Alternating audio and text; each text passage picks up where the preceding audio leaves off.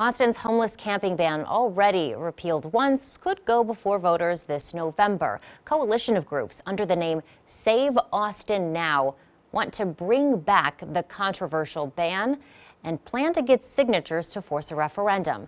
KXAN City Hall investigator Kevin Clark is live for us in Southeast Austin. Kevin, you've been fact-checking the group's claims. What have you found out? Right, the organizations are pinning their faith on the success of places like Camp Rat, which the state could lease to Austin business leaders or the community itself. However, capacity may be an issue here in Citywide, as there are more than 1,000 people who are unsheltered in Austin. It's the first organized effort to bring Austin's homeless camping ban back. We do feel confident if we get on the ballot, it will pass. Such a referendum would restore the ban citywide, bring back the sit-lie ban to downtown, and extend it near the UT campus, and prohibit panhandling citywide at night. The city repealed the ban last July and claims those experiencing homelessness are easier to seek out for services now that they're no longer forced into hiding. Public Safety Commissioner Chris Harris. In conversations with service providers that they have been able to access their clients more regularly and more consistently because they know where they're going to be.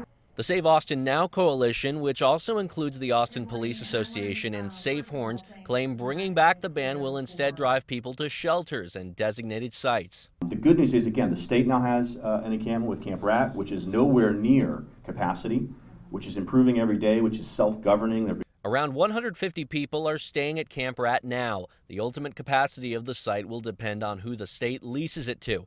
Those who want Camp Rat to be self-governed tell me up to 300 people is possible. But that's 300 who will be getting shelter, security, and toilets, not necessarily the mental health and social services the city hopes to provide. Camp Rat is largely a situation that's outside, again, that's inaccessible for many folks, and doesn't have a lot of services and support resources out there. Save Austin Now cites an increase in violent crime as the basis of bringing the ban back.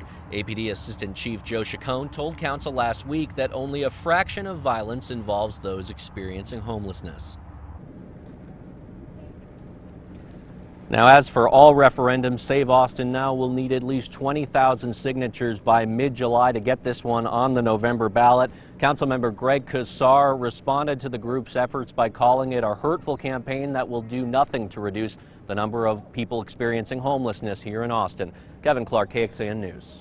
Kevin, thank you. Police said only a fraction of violent crime involves people living on the streets, but there were 2 attacks over the weekend involving homeless individuals. The first incident, police say, a gas station employee pistol whipped a homeless man following an argument on Friday.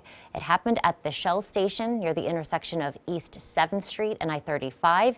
The employee, Mohammed Raza, told police the homeless man was panhandling outside the store and he asked him to leave.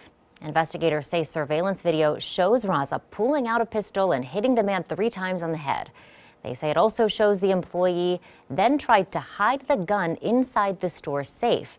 Raza is now charged with aggravated assault with a deadly weapon.